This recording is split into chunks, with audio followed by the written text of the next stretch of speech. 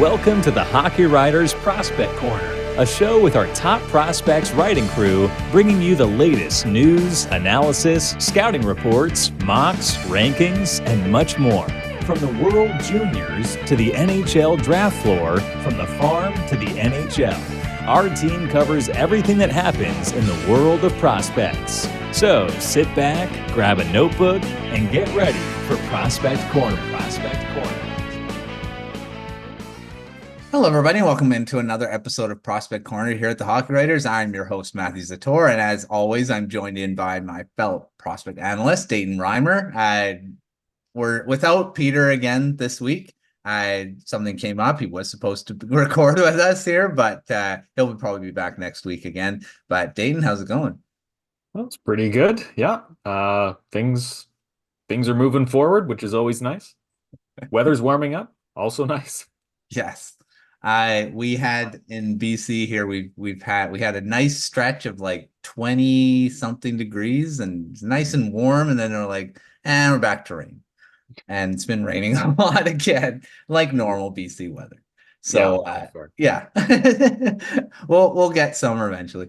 But as we're going through, as we get deeper into the spring or start spring, I guess, the draft is coming up really quick, and we just started our draft coverage full swing at thehockeywriters.com. We've got bunches of prospect profiles. I did not count how many we've already gotten out, but it's at least like what, 15? 3, 4, 5, 6, 7, yeah, about 15-ish. I already got a bunch of the top names out of the top 16 hopefuls. There's only a handful not featured in our prospect profile. So yeah, lots of stuff going on. So take a look. We're going to be doing some featured of prospect profiles, and we'll start that on this episode. We're just to do some prospect. We do our prospect of the week usually, but we're going to do a profile of the week, and we're each going to pick one every week. Today we're only going to have two, but Dayton, I'll let you go first. What prospect profile? It can be one of your own that you've written, or of the others, whatever you want to do. What prospect profile do you want to feature this week? Well, I did avoid my own. I've actually only got one out so far, so I'm a little bit behind. Lots on the go, you know. Lots of stuff, yes. yeah. But I'm going to go with Zayne Parekh. So, Zayne Parekh is he is a right shot defenseman playing with the Saginaw Spirit. He put up a crazy point production year. He had 96 points in 66 games, 33 of which were goals. And that's just incredible. Like, defensemen don't put those numbers up. And I believe we talked about him earlier this year about how he could potentially become a 100-point defenseman. And I think the last guy to do that was Ellis. Yeah, Ryan Ellis. Yeah. So it's been a long time in the OHL since you've had a 100-point defenseman. Didn't quite get there, but you have to have a pretty good skill set to be that productive. And he has, I think, just one of the best shots from a defenseman. Like, he gets it off really quick, and it just flies really low. He can pick his spots really, really well. Where is he here?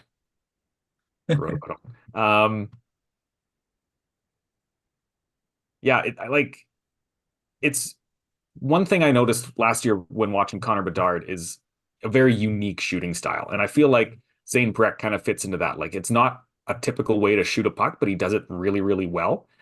Like, he gets a lot of power, but it doesn't look like he's using a lot of power. I think it's a really efficient way of shooting. He's got a good puck carrying. He's smart. He's creative with the passing. He's great at creating scoring opportunities, especially when there's like no room and there shouldn't be a scoring opportunity. All of a sudden there is. The only issue I found with him was he's not engaged defensively. Mm-hmm. Yeah, like, he kind of just taps out. He doesn't seem to have much interest in that. And so I don't know how high his competitiveness is. which is a little concerning for me. And as I'm putting together my own ranking, which is soon coming out on the Substack Premium, he didn't rank quite as high as some other people put him. I'm a little closer to where Logan Horn put his. So Logan ranked him 11th, which is the same as FC Hockey. And yeah, I don't love how he doesn't have that defensive end. And yeah, he can skate, he can shoot, he can pass, but then he just sort of taps out. And I think that might hold him back when he gets into the pro level. He can easily develop it. It might just be because he is a teenager who is excelling more than any other defenseman in the league right now. He's taking it easy. And yeah, I don't know if that's something that should be praised with a top 10 pick. Well, I mean, 33 goals, that jumps off the page. I mean, he's definitely defensively oriented. He looks more for that over defense, obviously. So, I mean, yeah, like you said, that can be developed. I always said that the offense is something you can't really teach. Quinn Hughes was the same way when he was in his draft year. Everyone was saying can't play defense. Well, look what he is right now. He's probably going to win the Norris Trophy this season. He's gotten way better defensively. He uses his skating and his body position more than he used to. And that's the same thing. I mean, Zayne Parekh he'll be able to develop that defense. And it depends also on what coaching he gets, what type of thing as he develops into the NHL, from where he comes from. So, but he's a very intriguing defenseman, that's for sure. I think he'll probably go in that top 10-ish range. Like if it's not top 10, it'll be 11, 12, like where Logan puts him, and FC Hockey. And the lowest of the rankings that are on the profile here, the lowest is FC Hockey at 11 and Logan. So nothing lower than that. So he is a very interesting guy. I think we're going to be surprised of what he does at the highest level. I think that defense is not really an issue. Like I said, that can be taught. Yeah, that's fair. Right now, I just prefer guys who have a little bit more of that competitive edge. So I look at someone like Zeev Boyum. That's somebody who I think has that high-end offense, but also is a little bit more competitive, a little bit tougher, a little bit more engaged, even though he's not super consistent on defense. So that's somebody I would draft higher than someone like Zayne Parekh. For sure. Yeah, well, I mean, that's fair too. So take a look at that profile written by Jordan Orth. He put together that. He actually covers the Saginaw Spirit for the site as well. So he's at games. He's credentialed with them. So he's got a really good insight on his profile. So that's why he wrote it. So to take a look at that, thehockeywriters.com, that link will be in the description below. So take a look if you want to read it and get the whole package there of one of our profiles that was released this week. All right, I'm going to go with Anton Silayev, who, I mean, we've talked again, this guy we've talked about a lot on this show so far, and I thought, we haven't talked about him in a bit. 6'7", massive defenseman. And this guy can skate. For how big he is a very good skater, and he's one of those mix of, how the defensive defensemen, when you say defensive defensemen in this day and age, are different from when, Adam Foote was in the league. And he is a guy he can skate. He's a good offensive defenseman as well. Good two-way guy, but I think he's more the modern defensive defenseman, which is something that you need in the league now. You can't be a pure defense. You've got to have a bit of offense and be able to skate, because if you're slow, you're not going to get very far at being a defensive defenseman in the sense of how it was back in the 90s or whatever, right? Mobility is big, and Silayev definitely has that. Started out the season very hot with his point production, and we were kind of thinking it's going to slow down at some point. It did. I mean, he's not putting in that type of numbers anymore. He has right now, he's got 3 goals and 11 points in 63 games. But I think most of those points came at the beginning of the season. So when he was putting together that. So, but he's a very interesting guy. Skating, size, obviously, are some of his strengths. His defensive ability, his physicality as well.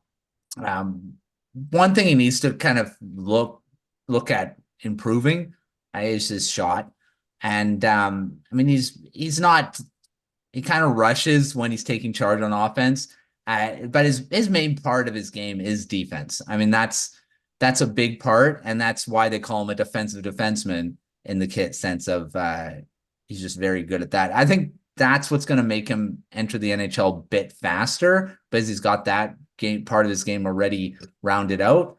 The offense, we'll see if he can translate a bit to the NHL. So, but he's an interesting guy, and he's been ranked really high on a lot of rankings. Bob McKenzie has him 2nd on his latest one.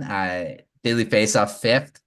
Peter's got him 6th, and Logan's got him 2nd as well in his latest in February. So, and we all know Logan really has been high on Silayev since probably when we first started talking about the draft. So, he is an interesting one. And Logan put together his profile, and I was not surprised he was the one that grabbed him up, because he seems to really like him. So take a look at that. I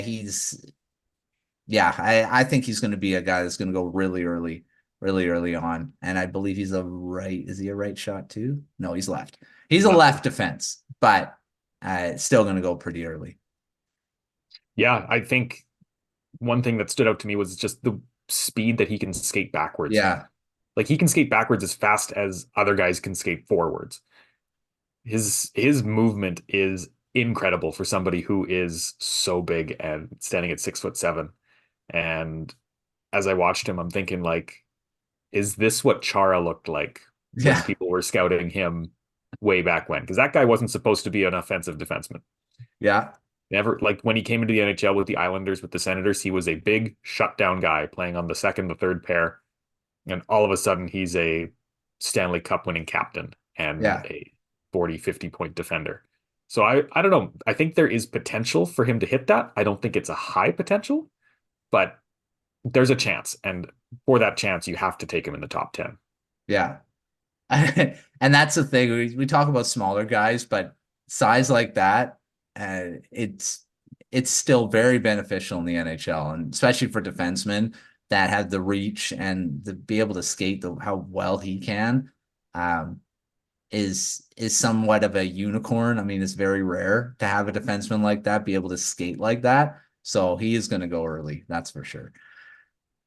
All right, well, there's 2 profiles. You can take a look at thehockeywriters.com. There's also a ton. Like I said, Dayton, did you count how many we got? 16. You were really 16. close. I was pretty close. I was doing quick counting, and I was you rounded, right? I rounded it. 16. I got 16 out right now, and usually we aim around 150 by the end of it all. So lots more to come.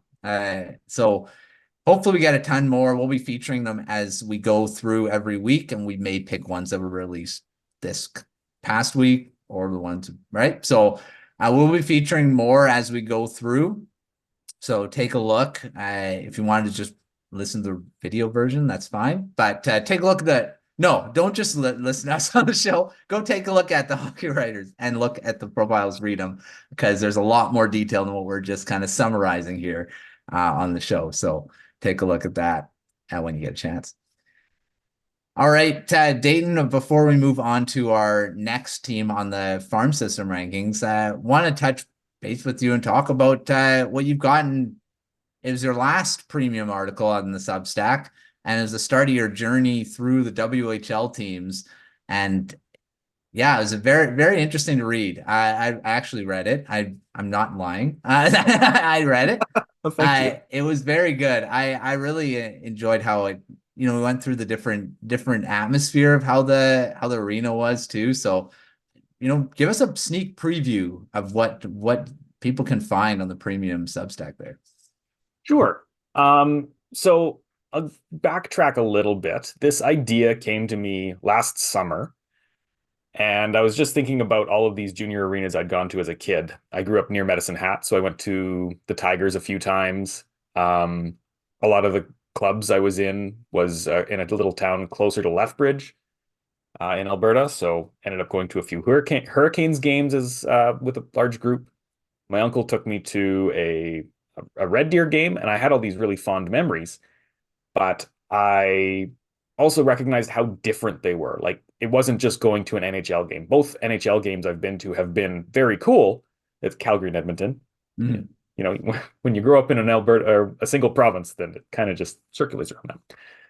But those were both very similar experiences, right? You're seeing the best hockey players, and the junior games were so different.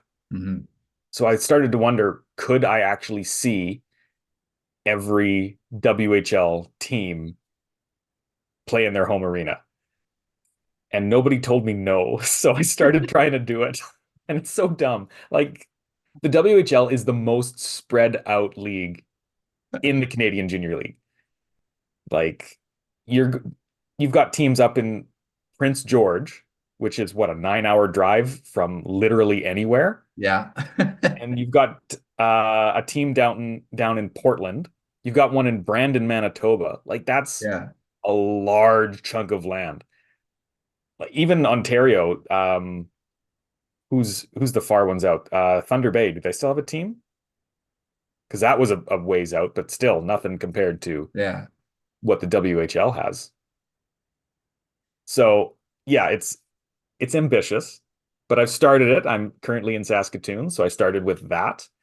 And I wanted to go through my kind of routine of watching a game and detail how it was like going to the game and what others could expect and what are the prices and what's the atmosphere and what's the feel. And I also went with a friend who had been going to Blades games for years.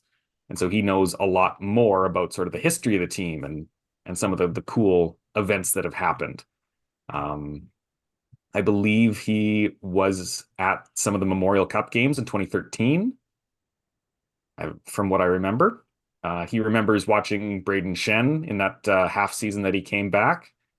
It was really neat going through these experiences that I've just kind of almost taken for granted and really focusing on what makes a junior team special, especially one in the WHL, which, again, very spread out, and it sort of has a history of being a bit of a rebel league. So it has that kind of feel still, even though that's 60 years ago that happened.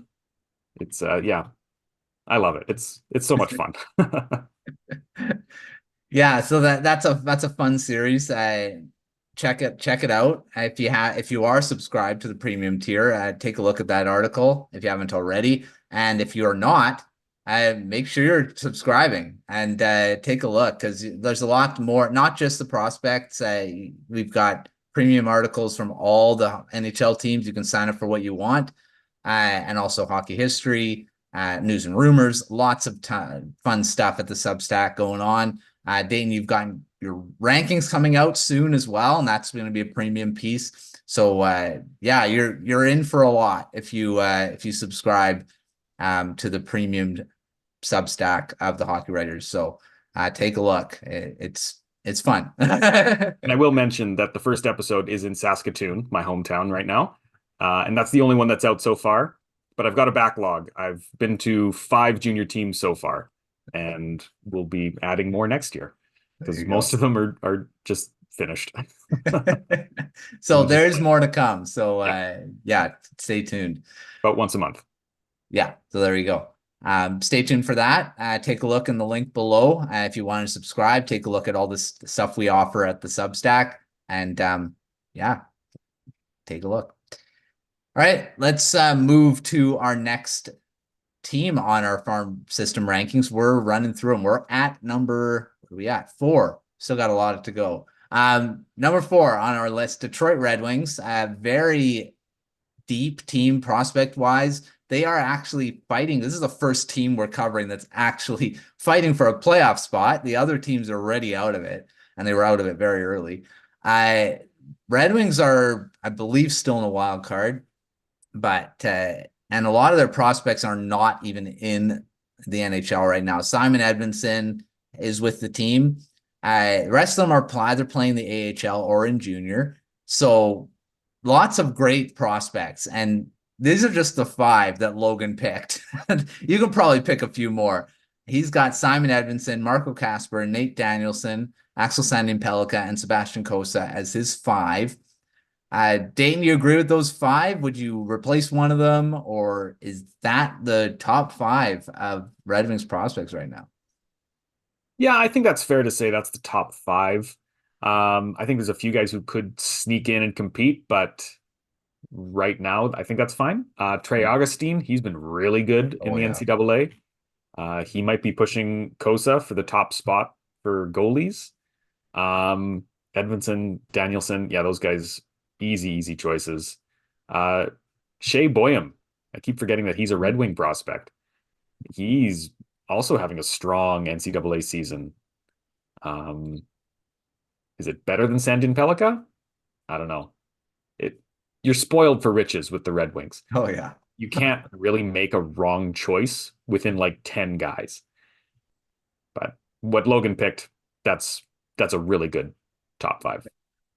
Yeah, he also covers the Red Wings, so he's very well versed in the prospects of the Red Wings. So I think I'll take his 5.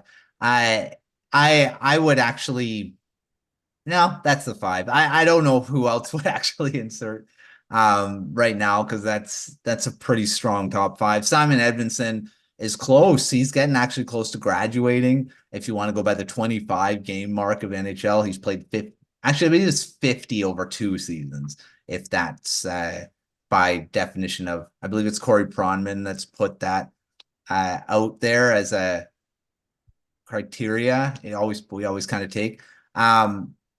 If you've played 25 in the last season or 50 in the last 2, I think that's it is. So, but Edvinsson's played about 15 to 20 right now, and he's in the NHL. I don't know if he's going to play the rest of the season with the Red Wings, because the Grand Rapids Griffins are also in a playoff mix, so I'm sure they'd want him down there too. So I don't know where he's gonna play. We've always wanted on Grindline. We've always wanted him in the NHL, not in the AHL. So we'll see where he ends the season. All right, well, Dan, let's look at some standouts, and there's a lot to choose from. You already mentioned Shai Buium there, brother of Zeev Buium. And there's just so many you can choose from. Who are you choosing as some standouts to highlight here? I'll stick with Nate Danielson. So he's in the top 5 for a very good reason. He was a 9th overall pick last year, which I was a little surprised with. I wrote his prospect profile. Wish I could remember things. And I watched him play when he came to Saskatoon with the Brandon Wheat Kings, and I really liked his intelligence. He was always looking around. He was putting himself in like the perfect position. He was like, it was very clear that he was thinking of the play happening right now about 2 steps ahead. And so when the puck, squirted out of wherever they were fighting for it, he was there to pick it up and fire a shot on net. Really, really smart. And clearly the Red Wings noticed that as well and took him very early. And I think now you're seeing that pay off, because he only had 78 points last year, which is really good for 68 games, but that's not crazy for the WHL. A lot of top guys are over a point per game. He recently got traded to the Portland Winterhawks at the trade deadline, and since he got traded, he's played 28 games and scored 41 points, 12 of which are goals. He is on fire, making the Portland Winterhawks a team that anyone's going to be afraid to play in the playoffs. He is a guy who makes things happen around him, and he's found a really good niche in Portland. They had a strong team already, but adding him to that, he's become sort of their play driver. And I love that for them. That is a great thing to see Danielson develop and become this sort of core piece, because I don't think that was as evident in Brandon. It was just a bit of a weaker team. But you're also seeing why he went so early and why he's one of the Red Wings' top guys. Yeah, I mean, there were some people who are kind of like, maybe he's going a little high. He doesn't have a high ceiling. I think I think I've made this comparison before. He's like Bo Horvat. Not technically going to be a top line center, but he'll probably be a very, very good second line, two-way. I mean, Horvat, maybe arguably you can call him a top line center now. Usually plays on the top line in the Islanders. He played on the top line on the Canucks. So I mean, Danielson could end up being that, but I think he's going to be a very good two-way. Not going to be a 100-point guy. He's not going to be that. He's going to be a 70 plus. A lot like Jonathan Taves, maybe a guy that just doesn't light up the scoreboard, but you want him on your team. Very good. Just a very good, solid all around centerman. And that's what Danielson's going to be. I like the Taves comparison. That's a good one. I think I've made that comparison before too. Yeah, but yeah, he's just going to be that type of forward. And that's what, I mean, you need those guys. Look at how much Taves contributed to the Blackhawks in their Stanley Cup and all throughout his career in Chicago. So Danielson is going to be that for the Red Wings. I don't know how high he'll be offensively, but I don't see him eclipsing like a 70-point. I don't see him as a 100-point player. No. So, all right. This one was a difficult one because I've got so many prospects that I really like on the Red Wings that have been really good this season too. So I am going to go with Marco Kasper, because another former first round pick. And another one that's going to be like Danielson. He's not going to be a high-end center, but he's going to be very, very good two-way center too. And he started off the season in Grand Rapids pretty slowly. I mean, I don't know about everyone, but there were some people who were concerned about his production early on. But since I'd say maybe January, he's kind of turned it on. He's got 12 goals and 30 points in 59 games now. And over the last, I'm just looking at his numbers, over the last month or so, he's gotten, especially in March here, he's scored quite a bit. February, March has been pretty productive. But at the beginning of the season, he had 1 goal in like 20 games or something like that. And everyone was kind of playing bottom six. He wasn't really a standout, but like I say, he's started to maybe figure it out at the pro level. I mean, you got to think about it. He was in Sweden last year. And he was playing for Rogla, very good numbers there, 23 points in 52 games. Came over to the Red Wings, played 1 game, and then got injured. I believe he was playing with an injury at the time. I think with his kneecap, I think it was it was an injury. I did not understand how he could be playing with it. It was something with shattered kneecap or something like that. And like, how do you play with that? I don't know. I guess he couldn't because he only played 1 game.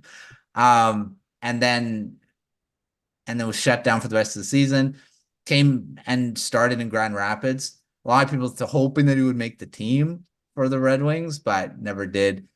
But he's actually been pretty good now. And I still have high hopes for Kasper. I still end up being a top 6 center, and could be that Danielson and him are their top 2 centers in the future, or Larkin, still the top center, and you got Danielson and Kasper as your 2-3. That's a pretty good 3 lines of centers. And yeah, Kasper, I'm really excited to see what he can do. He didn't look out of place in that game that he did play in the NHL, even though he was playing hurt. I'm really excited to see what he can do as he develops. All right, let's move to some underrated prospects on the Red Wings system. And there's another, they have quite a few of those too, you could probably pick. that are a bit haven't been really talked about. So Dayton, who do you have in that category?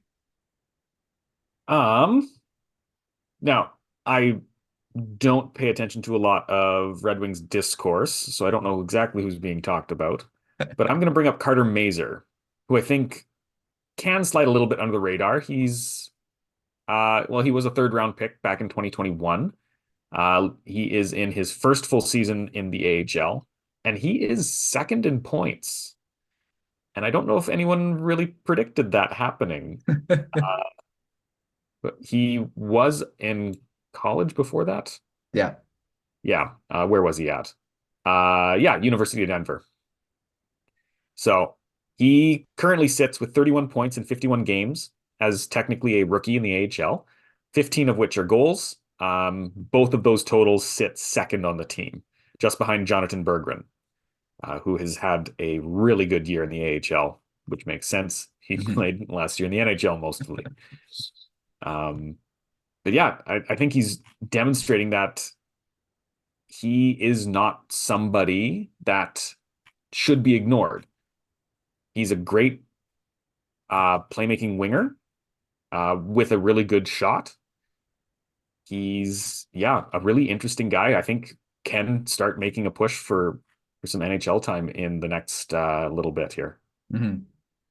I mean, Carter Mazur has been talked about on Grindline and I mean Red Wings fans maybe, but I don't think he's talked about a lot in prospect circles outside of the Red Wings as being one of their high end guys. He was not part of, well, he wasn't part of Logan's top 5 prospects. So and I believe I think he was in the top 10 on Devin's latest prospect rankings. So, you know, he is thought of pretty highly by Devin, and Logan's talked about Mazur as well. But, you know, third round pick, I think he's going to end up being a very good forward in there, maybe the top 9. And he could end, yeah, had very good season in the AHL coming over from college. You know, in his last, I think he played 6 games at the end of last season coming out of his NCAA season, and was a point per game. So he seems to have adjusted to the AHL pretty quickly. The NCAA, it's interesting when you see players move from there, because they either struggle or they don't. Like, I don't know. It's like there's no in between. From what I've found, because college is different. They don't play as many games. They only play every weekend. And it's, believe it's only like a couple games because they have classes, right? And now you're playing in the AHL, which, I mean, they mostly play on the weekends as well, but they do kind of sometimes in the week. But obviously the schedule's a lot more. I mean, they play a lot more games, and sometimes their ice time is reduced. They don't play their same high-end roles that they did in college. So it's interesting to see that transition when they move to that and see how they can adjust. Because some players, they don't seem to have a problem, and others have issues kind of hitting the ground running, right? All right, I am going to go with, and maybe I'll go with someone I haven't really talked about. I've talked about Red Savage. I love him. I think he's very underrated. I mean, you can go back to anytime we talk about Red Wings prospects, bring up Red Savage. So maybe I won't focus on him again, because I think he's just, again, one of those underrated centers that are just you just need on your team to win cups and be championship caliber. I've made the comparison with Chris Draper. Maybe that's a high-end comparison because how great Draper was in the NHL. So yeah. So I'm going to go with someone else. I'm going to go with Amadeus Lombardi, another one that we've talked about a lot since his last season when he had 102 points for the Flint Firebirds in the OHL. Yeah, that season was insane. 45 goals in that. So obviously a lot of people had high expectations of him coming into the AHL. So he's kind of flown under the radar this season. I haven't really seen a lot about him. Maybe it's because he only has 5 goals. He only has 5 goals and 20 points in 58 games for the Grand Rapids Griffins. And coming off a season where he had 102 in 67 games, That's a pretty big drop off. Yes, he's jumped to the pro level. So that's where I think he's having some time adjusting, talking about adjusting to the next level. Jump from junior to the AHL is a pretty big one. Again, you're playing now, you're not the top guy. Lombardi still's got a ton of skill. I mean, to score 45 goals in any league, you have to be good. You have to be able to, have a nose for the net. I think Lombardi's still going to end up being a very good. I don't know about an NHL player. I mean, sometimes you'd need in the AHL, even though it's not everyone that's really good in the AHL becomes good NHL players, most of the time they do show something in the AHL before they make it to the NHL. So hopefully he can bounce back. I mean, the jump that he made from one season to the next in the OHL was pretty big too. He only had 18 goals in his first full season in the OHL, and then jumped to 45 because he missed that whole season and the COVID year. So really, he hasn't played a lot of hockey in his last bunch of seasons. I mean, he only played really 2 seasons, so maybe it's expected. He didn't even have a lot of experience in junior. Only played the 67 games in the previous season and then 67 games last season. And most guys before they jump to the AHL, do they play like 3 or 4 seasons? So I mean, he's actually hasn't had a lot of time. So maybe we shouldn't be surprised that he's struggling to start. But that's why I think maybe he's been a bit more underrated, because he hasn't been talked about, and he was talked about a lot last season after that 100-point effort. So I still have high hopes, but maybe a little bit underrated now, since he's not really translated from the OHL to the AHL. All right, next up on our things here, let's talk about our prospect of the year. I mean, this is another one we're gonna have a hard time because there's so many that have had high performances. So who are you giving it to? Ooh, that's a tough one. I don't know. I think you might have to just give her to Marco Kasper. He's been so good. Last year, I think you were mentioning that he was out for a long time with injury, right? Yeah. He had that knee injury or something along those lines. And this year he's come right back. He's got 12 goals in 59 AHL games. It looks like he might get an NHL look as the end of the season goes on. We'll see. Both AHL and NHL teams are competing for a playoff spot. But yeah, he's really competitive. He's really smart. He can be a difference maker, and this year he's definitely proven that he is a potential difference maker. Maybe not a first line one, but put him on the second line and you have a deadly NHL team. Yeah, and then you have Nate Danielson there too. They've got their center depth, I think, is pretty good. The Red Wings. Yeah. I really don't have any issue there. They've just got some great depth throughout the system, I think. And Kasper had a broken kneecap. So I was right. I said shattered, broken, shattered, whatever. Broken kneecap. And he played on that in that game against Toronto. And he looked pretty good too. I mean, very physical. I don't know how you play on that type of injury, but he did. That just shows his toughness and competitiveness. Shows what he is too. So yeah, I'm really impressed. I think Kasper has, like I said before, seems to have figured it out now. He's starting to become productive. He's starting to become more of a factor in the AHL, and we'll see if he gets a call up in the last like 10 or so games. I guess it depends on if the Red Wings stay in that competitive around that playoff spot. I don't know if they're going to want to bring Kasper up now, but if they kind of fall out of it in the next 5 or so games, maybe they'll bring him up for a last look.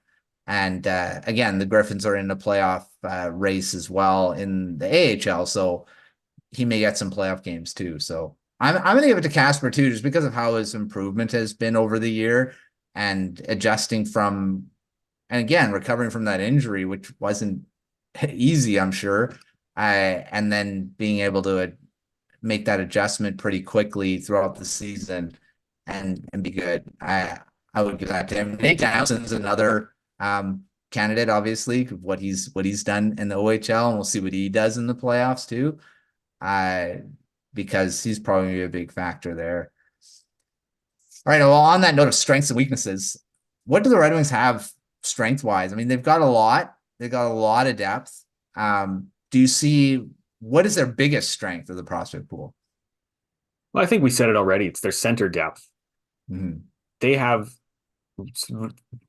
stumbling over my words, several really good top end centers. We've already mentioned Nate Danielson and Marco Kasper.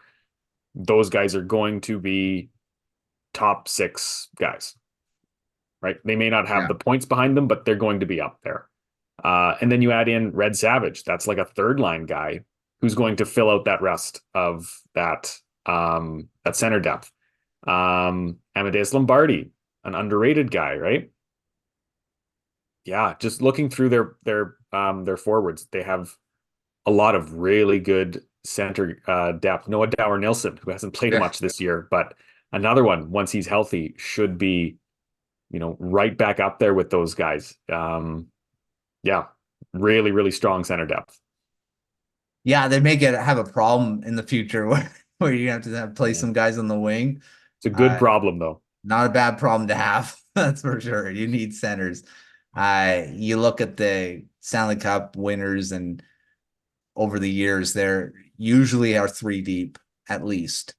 That I don't know about the Golden Knights. Were they really 3 deep? I think they were. Eichel, Marchessault was a center. I think they're deep everywhere. Like they're pretty deep. So they did have pretty good center. Annoyingly so. Yes. But centers, you need them. I mean, and that's what the Red Wings, if everyone pans out, they're going to be really good. Maybe even 4 deep of centers that are going to be really good. So I agree. I think their strength is down the middle. What about weaknesses? Do they have any? I mean, to me, I want to say the right side of defense doesn't have a lot of depth. I believe it's the right side. I'm going to probably stumble my words here. I'm pretty sure it's the right side. That's whatever Axel Sandin Pellikka is. If he's a right hand, then I'm wrong. Sandin Pellikka is a righty. right. Oh no, they added with him. Edvinsson is a left, I believe. Yeah. So in the past, it was a weakness. Is it still? What do you see as their biggest need going forward here? Yeah, I'm looking through their guys here, and they don't have any obvious weaknesses. Like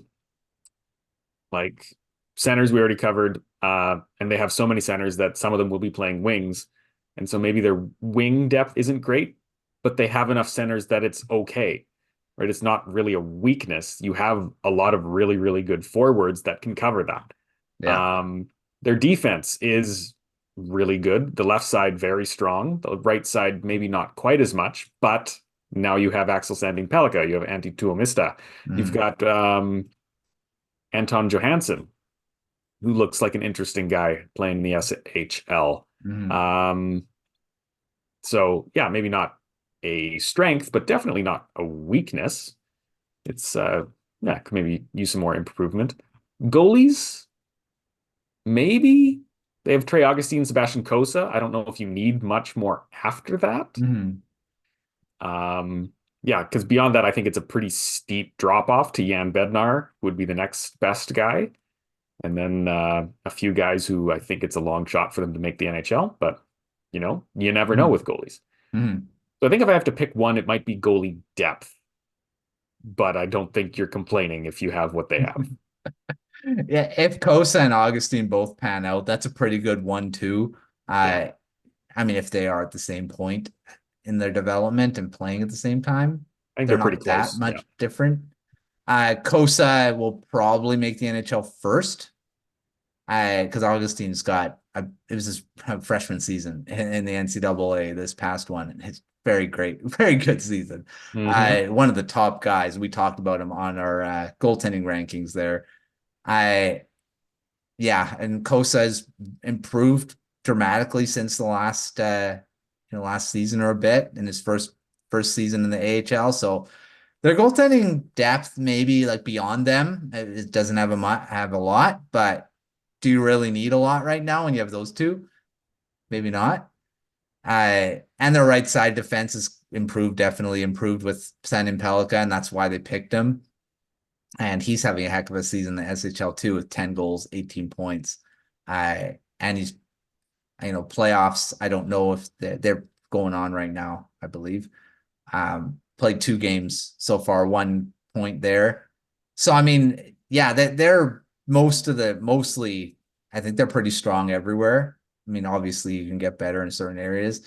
This season, draft-wise, they're not going to have a high pick because they're going to end up being in that middle-ish. If they don't make the playoffs, they're going to be around that wild card, which is that, it's that bad spot. If you want a good pick, you're 16 to 20. Is that about where it's that middle ground, which is not bad in this draft. I mean, this one's pretty good. Who do you see them targeting? I mean, defensemen are going to be the plethora of picks there, and lots of right-handers. Is that where they go? Yeah, I think they could sneak a right-handed defenseman in that range. Personally, I think Adam Juracek could fall to that point just because of his injury history. Aaron Kiviharju definitely will be available at that point. 2 really interesting right-handed defensemen. Or no, Kiviharju's left. Yeah. Forgot about that. One of the only ones. I know, right? So Detroit's never afraid to reach on guys. And if they really want to improve their right defense, Dominic Badinka is a really interesting guy playing in the SHL. Yeah, I really liked the clips that I watched of him. Who else? Charlie Ellick. He's a more defensive guy, and they have a lot of offensive right-handed defensemen. Ellick is a little more defensive, doesn't have that high-end offensive skill, but I mean, he's not terrible.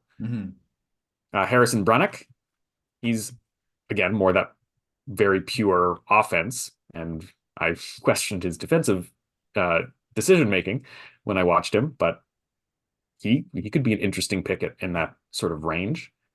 Yeah, so if they're going to target something like that, those are 3 guys that I would look at as being good additions.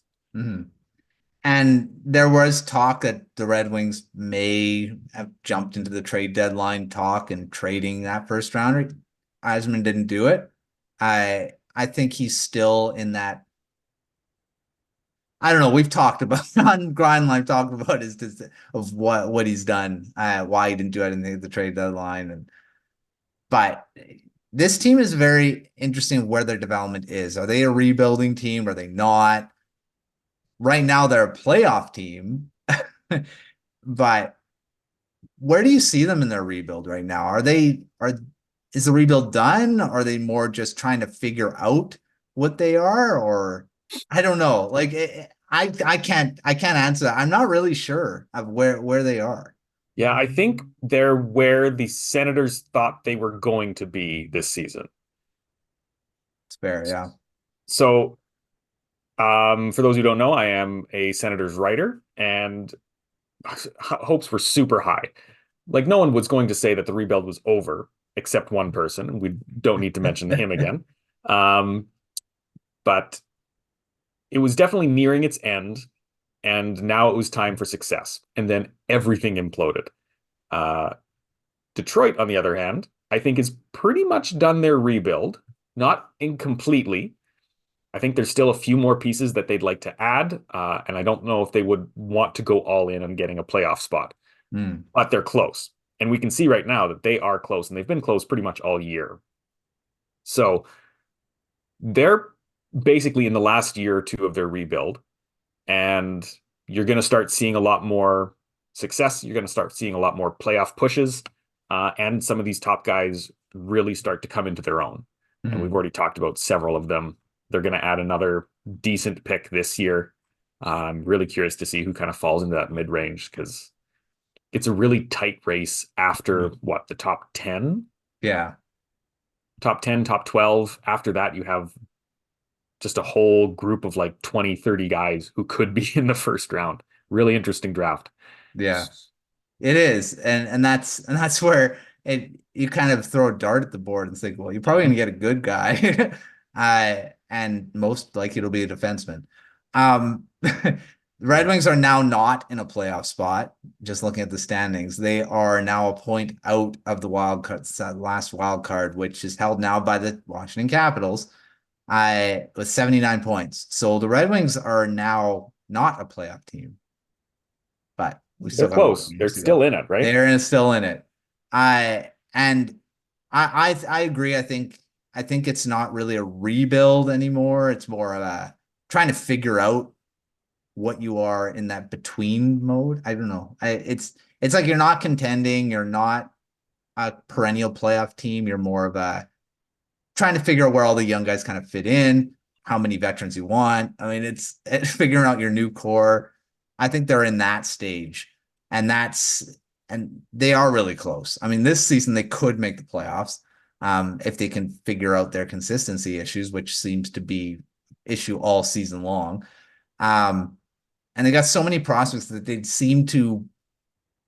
We've talked about overseasoning, and there's a few that they seem to want to overseason, like Simon Edvinsson, who is in the NHL right now, but they've been hesitant to keep him there. I mean, he should have been at the beginning of the season when he's not.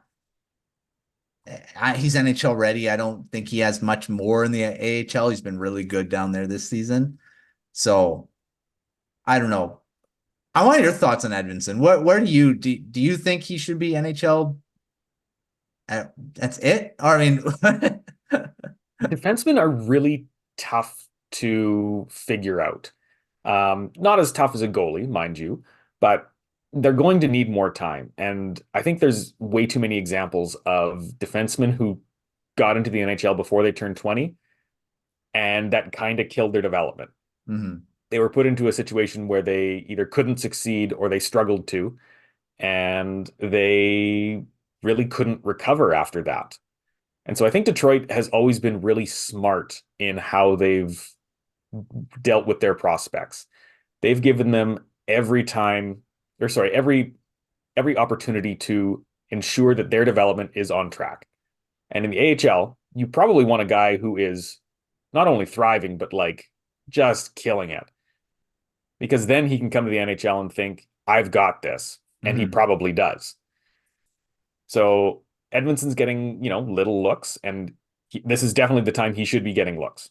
He needs to be getting NHL experience. But if they don't feel that he is ready to be like a third, second pairing guy, then yeah, put him in the AHL where he gets those minutes, where he gets that confidence, where he gets that experience. Because that's not going to help him if he's just struggling to perform in the NHL. And I don't think he has struggled per se, but he's not right there to be the first pairing defenseman that they need. He's not, for another Senators comparison, he's not Jake Sanderson, who came in at 20 and is just the best now. Because the Senators kind of needed somebody, and I hope that didn't screw him up. It doesn't look like it did. I think Sanderson's kind of a unicorn. Like, guys don't do that. Come to college, right to the NHL, and are like, yeah, I'm good now. At least defenseman, right? That's a weird transition. So it'll be, I understand Red Wings' disappointment that Edvindsson's not full-time NHL, but he's not far, and they're playing it safe, which is something I'd rather see than just throwing him in there and saying good luck. Yeah. I mean, Edvinsson, I think everyone's just they want him in the NHL because he makes the Red Wings better than what some of the defensemen they've got. And I really think that too, but it is tough. You want to see these guys because you think that they're ready. And and then you looking, they're down in the AHL and doesn't look like they need any more development. But I mean, we're not GMs. We're not guys that are there with them all the time. They know better, and he'll make it. He'll be there full time. I think next season is where he's going to be full time.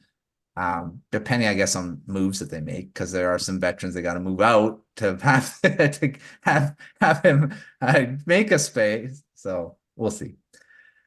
All right, I want to change it up our prospect of the week a bit and do some, because it's the end of the season for the WHL, and I know Dayton, you're really well versed in the WHL. Let's predict the WHL Player of the Year. Ooh, okay. Because this one obviously went to Connor Bedard last season, for obvious reasons. Who are you giving it to? I mean, Jagger Fergus, I mean, he dominated the WHL this season. Yeah. Who are you giving the Four Broncos Memorial Trophy to? Oh, that's a great question.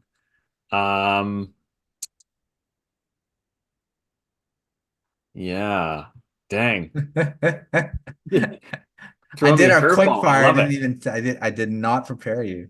Yeah, no, this is great. I think Jagger Fergus is the top pick. Right, 61 goals in 63 games, 126 points. That is almost a throwback to like the 90s. Guys just don't score like that anymore. Other ones who could compete, Zach Funk, also a really, really good season, 67 goals. He's a right winger with the Prince George Cougars. But I think he had a lot of help from the guy on his first line, Riley Height. So yeah. There's another guy who would be a really good pick. I don't see it going to a defenseman this year. I don't see it going to a goalie who, like, lots of those guys had really good seasons. Evan Gardner for the Saskatoon Blades finished with the highest save percentage, I believe, and I think also the most shutouts. Don't quote me on that, though. He was up there. One of the best goalies this season. But I think if you're giving the best player, I think Jagger Fergus, and my runner-up, I would probably pick Connor Geekie, who really helped out Swift Current this season. Yeah, and it was Joshua Ravensbergen with 6 shutouts. He led it. Gardner was second. Tied I with knew his Gardner teammate. had 4, so tied with Austin Elliott. Yeah, 4-4. The Blades were just a wagon this year.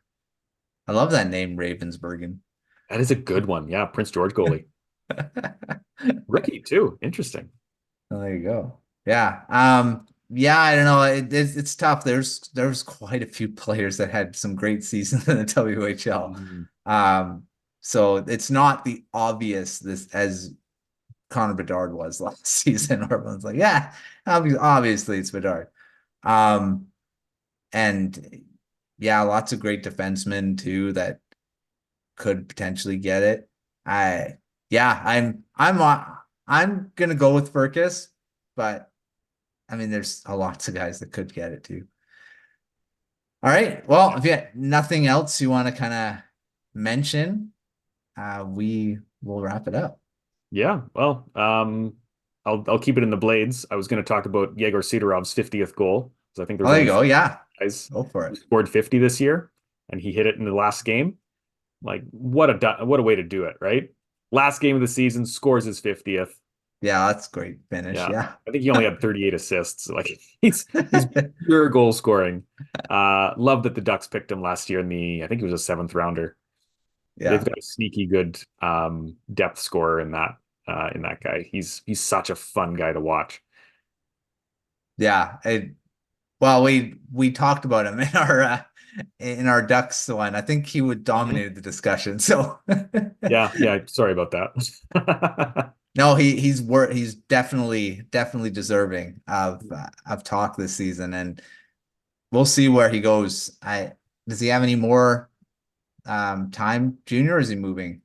I know he was passed over at least once in the draft. He might have one more year if they have room for him. I can look it up quick if we have a because he is an minute. overager. He is overage, yeah. Where we got here? Actually. So Sidorov, yeah, he's 19. And what is it? A WHL team can only have 3 20-year-olds, right? Yeah. So he could be back. I wouldn't be surprised if he was, but he also might be off to the minors next year. Yeah. Which would help out the Blades. They loaded up on older guys, more experienced vets for the big playoff push because this is their year. Yeah. They really want it. So we'll see how he does in the playoffs then. Oh, yeah. Who are Saskatoon? Who are they playing in the It's first a round? fantastic matchup against the Prince Albert Raiders. It's the regional rivalry. Nice. Oh, yeah. It's going to be such a good series. When does all that start? That starts Thursday, so just a couple of days from when we're recording. Go. All right. Well, next week we'll talk about the WHL playoffs then. I see nice. What's happened so far and talk about the matchups. I always screw up with the junior playoffs because they start way sooner than the NHL playoffs. So we should have done a preview this episode, but we'll do a bit of a talk and it'll be just like maybe 1 or 2 games done by the time we record next. So yeah, something like that. Yeah. So we'll talk a bit about it. But yeah, that's gonna be fun at WHL playoffs and lots of great matchups there. And yeah, that's gonna be a good series for sure. Oh yeah, I'll be catching games. So stay tuned. We'll talk about the playoffs next week. All right. Well, thanks, Dayton, for on the show again. We talked Red Wings. We talked a couple prospect profiles. Take a look at everything we got at thehockeywriters.com for all the prospect profiles. We got, like I say, 16 out already. Next week we'll have a lot more coming out. I've got Adam Juracek coming out probably tomorrow.